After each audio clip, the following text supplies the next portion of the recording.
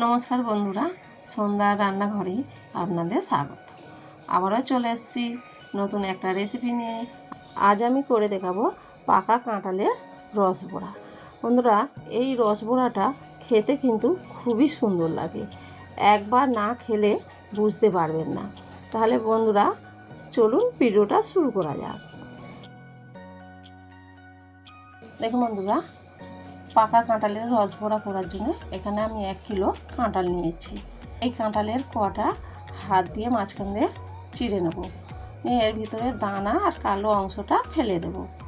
তা বন্ধুরা, এইভাবে আমি সবগুলো ছাড়িয়ে নেব। এইভাবে সবগুলো ছাড়িয়ে নিয়ে মিক্সিতে বেটে নেব, তবে দানা আর এই কালো অংশটা ফেলে দিতে হবে। এখানে আমি হাফ মালা নারকেল নিয়েছি, এটাকে কুড়ে নেব। দেখুন, এখানে আমি 1 বাটি সুজি নিয়েছি, এই সুজিটা আমি বেটে নেব। এখানে আমি একটা মিক্সির জার নিয়েছি, এই জারের মধ্যে সুজিটা দিয়ে দিচ্ছি। এই সুজিটা এখন আমি গুঁড়ো করে নেব। বন্ধুরা, কাঁঠালটা বেটে আমার এতটা মিশ্রণ হয়েছে, খুব ভালো করে বেটে নিয়েছি, একটু গোটা গোটা নেই। এবার এর মধ্যে আমি দিয়ে দিচ্ছি হাফ চামচ নুন, আর দিয়ে দিচ্ছি অল্প একটু মৌরি। আপনারা চাইলে মৌরি দিতেও পারেন, আবার নাও দিতে পারেন।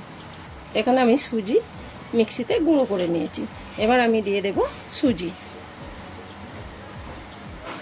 এখানে আমি চিনি নিয়েছি, এখন হাফ বাটি চিনি নিয়েছি। আপনারা চাইলে কম বেশি চিনি দিতে পারেন। আর দিয়ে দিচ্ছি এখানে যে নারকেলটা ভেঙেছিলাম, ওই নারকেলে হাফ মালা কুড়ে নিয়েছি, আমি হাফ মালা নারকেল দিয়ে দিলাম। এগুলো ভালো করে মেখে নেব। বন্ধুরা, খুব ভালো করে মেখে নিয়েছি। এবার আমি ওর মধ্যে দিয়ে দিচ্ছি 1 বাটি ময়দা। ময়দাটা একসঙ্গে দিলে হবে না, অল্প অল্প করে দিয়ে মাখতে হবে। আমি প্রথমে 1 বাটি দিলাম, আর আমি হাফ বাটি ময়দা দিলাম।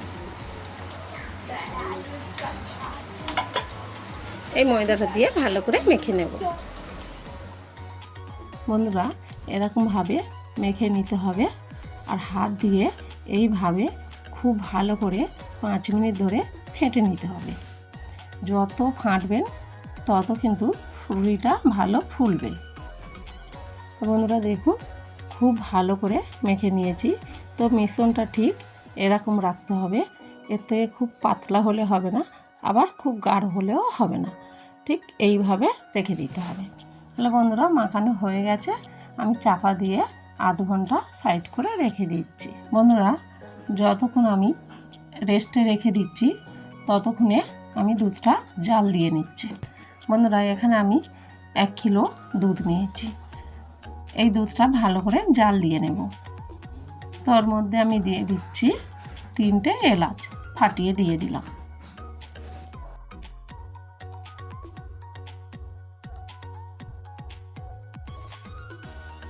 বন্ধুরা, আর দিয়ে দিচ্ছি ওর মধ্যে অল্প গুঁড়ো দুধ। তবে দুধটা ফুটে গেলে গুঁড়ো দুধটা দিলে ডেলা ডেলা হয়ে যাবে। দুধটা হালকা গরম হবে, তখনই দুধটা দিলে নাড়লে ভালোভাবে গলে যাবে, ডেলা হবে না। আমি ভালো করে দুধটা নাড়াচাড়া করে নেব, নিয়ে ফুটিয়ে নেব। এবার ওর মধ্যে দিয়ে দিচ্ছি 1 বাটি চিনি। তো বন্ধুরা, চিনি আপনারা কম বেশি বুঝে সুঝে দেবেন। আমি 1 বাটি চিনি দিলাম, যেহেতু কাঁঠালের মিশ্রণটাও মিষ্টি আছে, তো খুব বেশি জাল দিয়ে গাঢ় করার দরকার নেই, জাস্ট ফুটে গেলে হবে।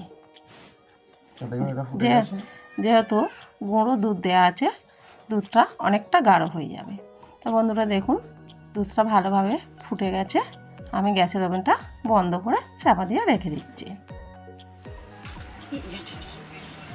দেখুন, আধ ঘন্টা হয়ে গেছে, আবারও হাত দিয়ে ভালো করে মেখে নেব। দেখুন, সুজিটাও ফুলে উঠেছে, চিনিটাও ভালোভাবে গলে গেছে। তো আবারও ভালো করে নাড়াচাড়া করে তারপরে কিন্তু ফুলুলিটা ছাড়তে হবে। মাখানো হয়ে গেছে। এখানে আমি একটা কড়াতে তেল বসিয়ে দিয়েছি, তেল গরম হয়ে গেছে। তো দেখুন ওই মিশ্রণটা এরকম হাত দিয়ে অল্প করে নিয়ে গোল গোল করে এইভাবে তেলের মধ্যে ছেড়ে দিতে হবে। তো দেখুন এইভাবে ফুললিগুলো ছেড়ে দিয়েছি। দেখুন বন্ধুরা, এক পিঠ ভালো করে ভাজা হয়ে গেছে। আমি এবারে উল্টে দিচ্ছি। এইভাবে উল্টে দিতে হবে। দেখুন বন্ধুরা, ভালো করে নাড়াচাড়া করে লাল লাল করে ভেজে নিয়েছি। দেখুন আমার কিন্তু বড়াগুলো ভাজা হয়ে গেছে, তুলে নিচ্ছি।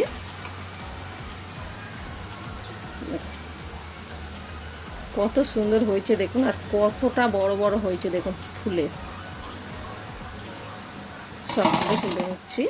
দেখুন ফুলে কত বড় বড় হয়েছে দেখুন। একবার আবারও একই রকমভাবে বড়াগুলো ছেড়ে দেব।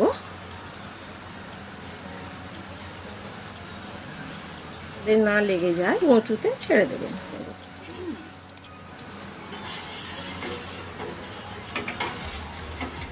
দেখুন বন্ধুরা, এখানে আমি অল্প একটু নারকেল নিয়ে মিক্সিতে পেস্ট করে নিয়েছি। দেখুন এটা আমি দুধের মধ্যে দিয়ে দিচ্ছি।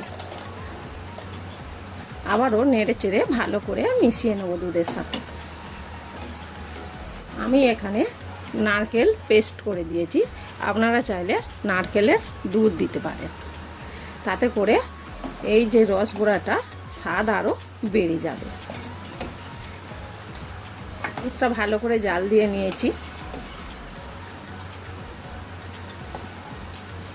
সব বড়াগুলো আমার ভাজা হয়ে গেছে, আর দেখতে পাচ্ছেন কতটা ফুলেছে। এবার আমি গ্যাসের ওভেনটা বন্ধ করে দিয়েছি, দুধের মধ্যে দিয়ে দিচ্ছি। তবে এই কাজটা কিন্তু দুধটা গরম থাকা অবস্থায় করতে হবে। দুধটা যদি আগে জাল দিয়ে নেন, ঠান্ডা হয়ে গেলে আবারও গরম করে নিতে হবে। সব পুরুলিগুলো এইভাবে আমি দিয়ে দিচ্ছি।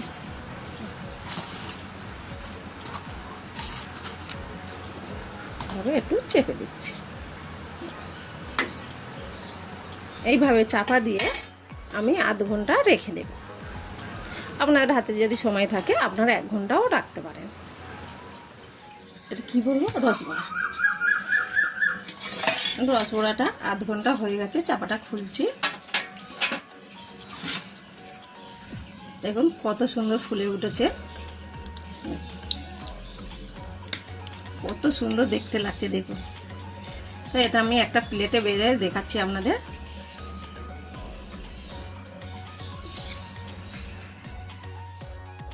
দেখুন কত সুন্দর দেখতে হয়েছে দেখুন, দেখে মনে হচ্ছে খাই। তো এই ফুলুরিটা খুবই নরম হয়েছে দেখুন, নরম তুলতুল করছে। তো এই ফুলুরিটা আপনারা একবার খেলে মুখে কিন্তু লেগে থাকবে। কাঁঠাল দিয়ে যে এরকম একটা রেসিপি হয়, না খেলে আপনারা বুঝতেই পারবেন না যে কত সুন্দর খেতে হয়েছে। তাহলে বন্ধুরা, আমার ভিডিও কেমন লাগলো আপনারা কমেন্টে জানাবেন।